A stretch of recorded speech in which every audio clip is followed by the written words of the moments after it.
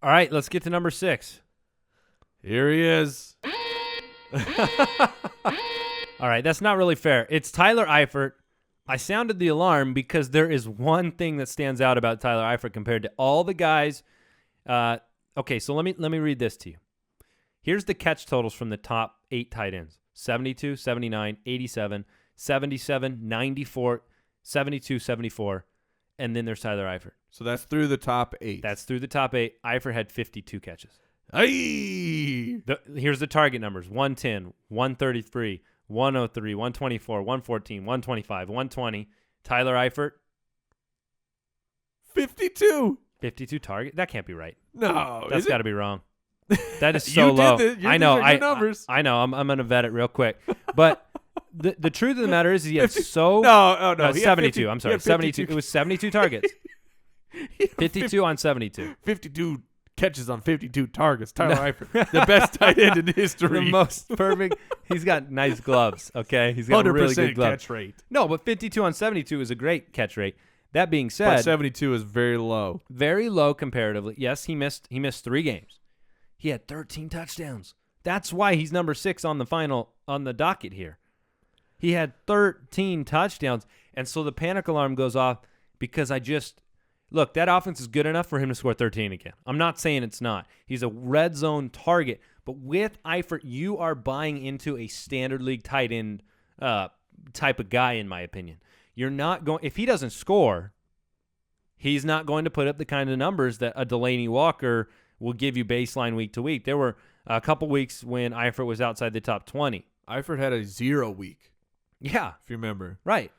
And he did catch a touchdown. It was called back on the logistics of a catch rule, but he had 0. He finished that game with nothing for nothing. Well, and how many weeks did he have his production fully supported just by a touchdown? Like a 1-catch touchdown game? Yeah, I'm not sure because he had some lower catch weeks. Now look, he's a guy that listen to this. Second half of the year, okay, week 10 on catches 3, 3, 3, 0, 2, 0, 0, 4. Well, it's, okay, he was injured injury games. Okay, sorry about that. 3, 3, 3, 2, 4. Yeah, that's not a PPR production type of situation. Nope. But that being said, he had 3 catches, 2 touchdowns. 3 catches, 1 touchdown. So it's just a warning to you out there that my opinion is Tyler Eifert's not going to be on any of my teams because Eifert's name got big this year. The 13 stands out, and he's going to go higher than some of these guys we've talked about on the list. Who goes higher in the draft, Eifert or Greg Olsen? Ooh, that'll be close, right? That'll be very close. Look, I mean, Eifert or Barnidge. Eifert will go before Barnidge. Yeah, exactly. So that's kind of my point is that you have a little bit of you got upside with Eifert. Great offense, red zone, targeted in the red zone, great talent. Obviously missed some games, so those numbers will be a little higher. Just wanted to throw it out there. Yeah, it's good to keep these things in mind right now before we start sweltering the shine. Tuck it away, pull out the drawer, file this away. Remember it when you start looking at these off-season trades. Someone comes and offers you, oh man, you want to go give me, Barnidge and a pick to get Eifert. Well, be careful. Right. Be careful what's before you. So number 7, we talked about him briefly. Zeus. He was the shiniest of shiny. Travis Kelce. It's not a bad year. 72 for 875 and 5 on 103 targets. But he wasn't what you hoped he was. No, the touchdowns were lacking, and the monster games. I mean, he gave you week 1 out of the gates. Well, he had a monster week. He wasn't in the top 2 because that was, if you remember, week 1 there was this really strange tight end explosion, right? Where Gronk I think had 3 touchdowns. Eifert had a couple touchdowns. Yeah. So Kelce wasn't in the top 2 technically, but that was his only big week, and it was, man, you felt great. You felt great because that was a week-winning performance. Unfortunately, you didn't really get any more of those. He was solid. But the offense where you thought, or I thought, that Alex Smith would go to him more, that it wouldn't be the Maclin show, which it turned into. The passing game really became all about Maclin. It was just it's a frustrating. It's not disappointing, but frustrating for sure. There are guys that had so the next guy on the list is Benjamin Watson. He had an almost identical stat line, right? Yeah. When you look at Benjamin Watson, you don't have any feelings of disappointment. You don't have any feelings of discouragement. You waiver wired him. Because you waiver wired him. The numbers were identical. Look, Kelce was 72, 875, 5 on 103. Watson was 74, 825, 6 on 110. These guys were back-to-back in consistency rating. Watson kind of, Josh Hill, right? Got the offseason narrative in a lot of fantasy departments. And we said, wait, hold on a second. Look, he's not done anything. This guy he's not Jimmy Graham. And then Ben Watson came out and proved that he can still catch the ball at an old age. Josh Hill did his best Tyler Eifert performance last year, where he caught the ball once a week, but it was a touchdown. Now, Benjamin Watson is 35 years old. Hey. So I've got a new game we're playing for the second half of the show.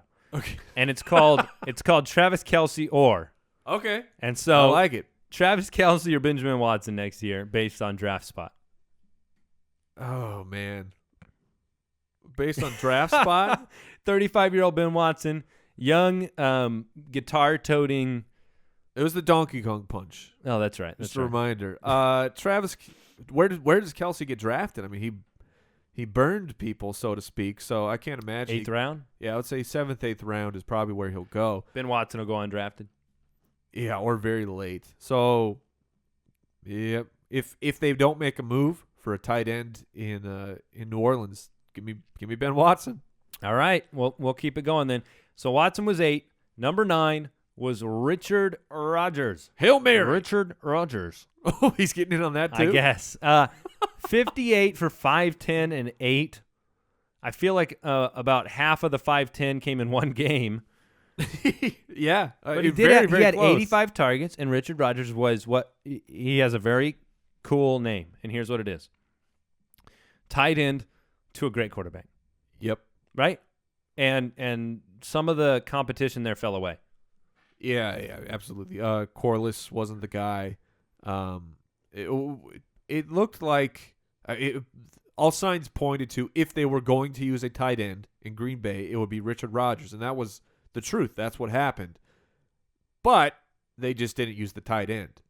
And Richard Rodgers is the kind of tight end that is extremely frustrating and the kind of guy I don't want to start ever. I don't think I started him in any league ever this year, even after his big game, because he had the most of all the top 12 tight ends. He had the most performances that were outside the top 20. Okay, well, every playoff week, fantasy playoff week, he had one catch. That's not good. No, that's not going to get it done. He had that monster week, which 8 for 146 and a touchdown. Yeah, so 146 yards of 510 yards came in one game. And 50 of the 146 came in one Hail Mary, or however long that Hail Mary play was. So it's just one of those things where Rodgers was fine. He ended up at number 9. I don't think you won a lot of people leagues unless you played him in that one special week. So from my perspective, Rodgers is somebody to shelf for next year. Yeah, there's 100. I think there'll be 5 other guys, 10 other guys undrafted that you can get that kind of production from. We just don't know their names yet, to some degree. Yeah, sure. I mean, so Travis Kelce or Richard Rodgers? Oh, Kelce. All right. So who's the next guy on the list? Number 10. He started off slow. He had a preseason injury. We really liked this guy. The talent is there. The question was, could he get on the field? Could he improve his run blocking enough to get on the field more than 50% of snaps? Zach Ertz of the Philadelphia Eagles. And he put up a line of 75 catches, 853 yards, only 2 touchdowns. Now, only 2 touchdowns on 75 catches. That is a number that will go up. To me, when you combine Zach Ertz, his talent. Now, there's who's going to be the coach, which we didn't talk about it in the news. Now. Ben McAdoo, love it, is being linked to the Eagles, and I got very happy and excited for Philadelphia fantasy and sad for Eli Manning. Right. Zach Ertz at number 10 here is the opposite of Tyler Eifert. Okay, And this is where numbers can lie. This is where you just look at how guys finished last year, and if that's how you draw up your draft for next year, you're gonna hurt yourself. Because Zach Ertz is somebody who had high target numbers, 112 targets, came on big time at the end of the year. Look, he's not somebody who gave you a bunch of prolific performances because he only scored 2 touchdowns. But that was kind of the problem, right? Like, he had end zone targets. It just didn't happen. And we've seen this from years and years of fantasy football. Touchdown numbers are the hardest thing to predict. Yeah. And so, Zach Ertz, if you're targeting him a bunch and you're targeting him in the end zone, you know what? I'm going to take a guy like that. A guy who put up 853 yards. A guy who is a high PPR league type of performance guy. I would take Zach Ertz over Kelce next year. Yeah, I can get on board with that, depending on where Ertz gets drafted, because the hype machine for Ertz will build. He's a guy I can guarantee that's going to happen next year.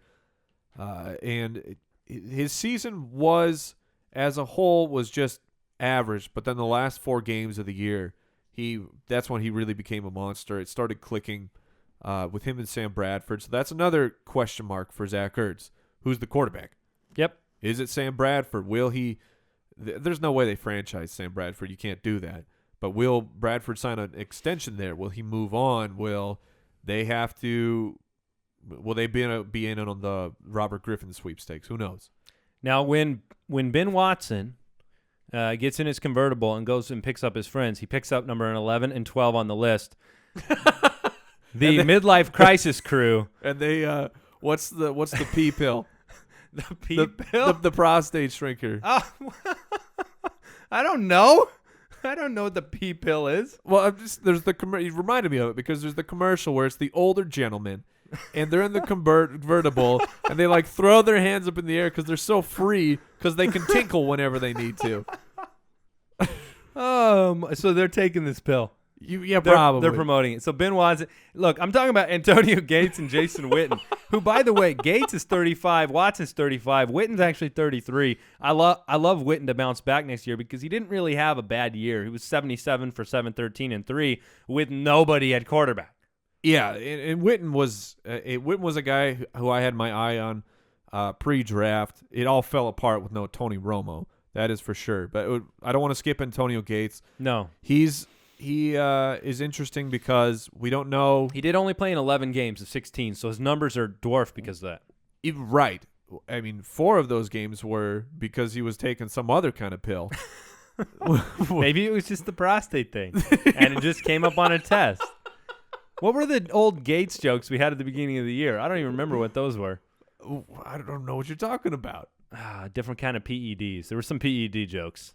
Oh, okay. It was a long, long time ago, 160 plus shows ago. No, the PED joke was the performance-enhancing defense. That's what it was. Well, there you go. So Antonio Gates. So his numbers were, but he is off contract. Will he retire? Will he re-sign? Will the Chargers move to LA? Does that factor into his decision? So we're not even sure that he'll play next year. I think he will. But here is a problem with Antonio Gates when you look at his splits. And the reason we haven't really talked about the splits of top 16 versus bottom 16 is because for a lot of these guys, the numbers are not interesting, where they're just kind of good. We did miss over Richard Rodgers, who really exploited the bottom half of pass defenses. His top 16 pass defense numbers were bad. But Antonio Gates, he was the same. Versus the top 16, he was only putting up 50 yards and no touchdowns versus bottom half pass defenses up to 67 yards a game, averaging a touchdown a game. So he really took advantage of the bad pass defense. Now, San Diego we've talked about them. They're interesting. We talked about them with Rivers on the last show. Where the team was just hurt. Everybody was hurt. Everybody. The offensive line, Phillip Rivers didn't have protection. Keenan Allen went down. So they didn't have really big passing weapons on the outside. So Antonio Gates, he could still absolutely be consistent next year. I will not be spending any type of high draft pick on him. But if you're waiting on tight end, Antonio Gates is there in the 10th, 11th round.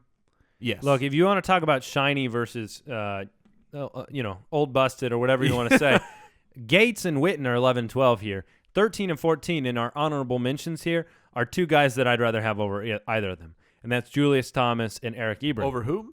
Over Gates and Witten. Really? You'd Yes. rather have Ebron over Gates? Yeah, I would. But again, this is what we're talking about. We're going to have that shine discussion multiple times because the idea of a guy here's what you do know. At least I think I know. I don't think Gates is in his prime. I don't think Gates is improving. He's got to take the tinkle pill, so of course He's got to take the tinkle pills. Look, those guys aren't in their prime. There's a chance that Eric Ebron comes into his prime. We saw what Stafford was in the second half of the year. We saw that Ebron could put up good performances, top 10 performances. Every once in a while he could, sure. Okay, I might be wrong. I would take Julius Thomas over Antonio Gates. That I could get on board with. Because he had 5 top 10 performances. He missed some games. He was at least a difference-making type of guy, but he's another guy that's really touchdown dependent too, historically. So those are two guys to keep your ears out for. See what they, right. They both have more optimism to me, more upside, than a Gates or Witten or Watson. I would take those guys over with the upside, because what's the worst case scenario? I go out and I find myself a Richard Rodgers type of guy. Yeah, gross. Let me roll the dice with Julius Thomas in the last, few rounds. I will take all of those players over Richard Rodgers next year. Okay. As I'm not having any of that Richard Rodgers. So let me throw a couple tight end names out before we close the show down, just to get your reaction to them. In fact, you can give me a few words about each one. How about that? Okay. Zach Miller. Chicago Zach Miller. Yep. Very interesting. Okay. Very, very interesting. Martellus Bennett's going to be gone. Yep. That's, I think, a foregone conclusion in Chicago. And Zach Miller was building that chemistry with old Jake Cuddy, and someone's got to catch the ball. They currently don't have Alshon Travis Jeffrey Kelce next or year. Zach Miller. I think you'll take Kelce. I'll take Kelce there. All right, here's another name. Jimmy G. Jimmy Graham. No way. No way. I like this few word limitation. It's very like if you had one thing to tell somebody about a guy, it would be no way for Jimmy Graham. You could go back on the tape. I was not a Jimmy Graham guy. I did not like his transfer up to Seattle. Now you take away his patellar tendon. There's just the case study is there, and this is a case study for a smaller guy, right? In Victor Cruz. What did Victor Cruz do this year, coming off of a patellar tendon tear? Nothing. I think I lost a water bet because of him. Yeah, it's the worst knee injury you can get right now, because the medicine is the hottest. It's the hottest new thing you can get right now. You ain't cool unless you tear your patella tendon. Mm-hmm. Actually, you're not cool if you tear your patella tendon. That's the truth of it. It's a terrible injury. Yeah, that is a brutal injury for Graham. So we do joke about injuries too much. Yeah, because you have to. Otherwise, you cry. Right. If you don't laugh, you cry. Clearly, I feel. It's not clearly. So I will make it clear. It's not funny that he got injured, but no. It's like it's America's Funniest Home Videos type of a thing, where when we see people fall down, you laugh about it, and then you hope they're okay. Look, and it's all in the context of fantasy football too. You to carry that over to real life, regular football, regular players. We're looking at it from a perspective of when you say no way, a lot of it has to do with the fact you be coming off an injury. Yes. No way, fantasy wise. So, two other names, real quick. Ladarius Green. If Antonio Gates is gone, very interesting. Very Crockett interesting. Gilmore. Yeah. I think Max Williams will start to emerge a little bit more next year. We know tight ends, it takes some time. So Crockett Gilmore is to me. And he was pretty much that way all year, that if you're in the right situation against a bad tight end pass defense, sure, you fire him up. But he's not a guy I'm going to draft or anything like that. And then number 90 on the list, Rob Hausler. What are your thoughts on his future? I hear the future's bright for Rob Hausler. Oh, not a good. I don't even know what team he's on. I think he's on Baltimore. I think he played for Baltimore week 17. Look this up. I don't know how much time we really want to spend on Rob Hausler. Tight end for the Chicago Bears. Oh, the Bears. That's what it was. The Bears. Yeah. He had 4 receptions for 33 yards. A couple other names, since we're just throwing them out there. Dwayne Allen. Sure. If he goes somewhere else, Or even if he stays. Even if he stays. Yeah, big bounce back opportunity with Andrew Luck coming back. Dwayne Allen was Tyler Eifert before it was cool. It's true. A guy who It's true. caught 2 passes a game, but one of them would be a touchdown. You're right. And also he got hurt a lot, which was kind of the And Eifert you're going to have knock. some other guys come back. Larry Donnell will be back. Yeah, they've moved. It's Will Tye now. Larry Donnell's going. We'll see. All right. I think that does it. You got any parting words? Could you handle the truth, Mike? Were you able to handle the truth? I was able to handle the truth. Without a tinkle pill? Are you okay I'll right say, now? You know what I'm not going to be able to handle? What? Is the when karma brings me an enlarged prostate next year, and I'm scrambling. I just got you a convertible. You can't cruise around town. I'll be very free. All right, see you guys. Goodbye. Thank you for listening to another edition of the Fantasy Footballers Podcast. Don't forget to visit us on the web at www.thefantasyfootballers.com and follow us on Twitter at the FF Ballers. He'll get buzzed.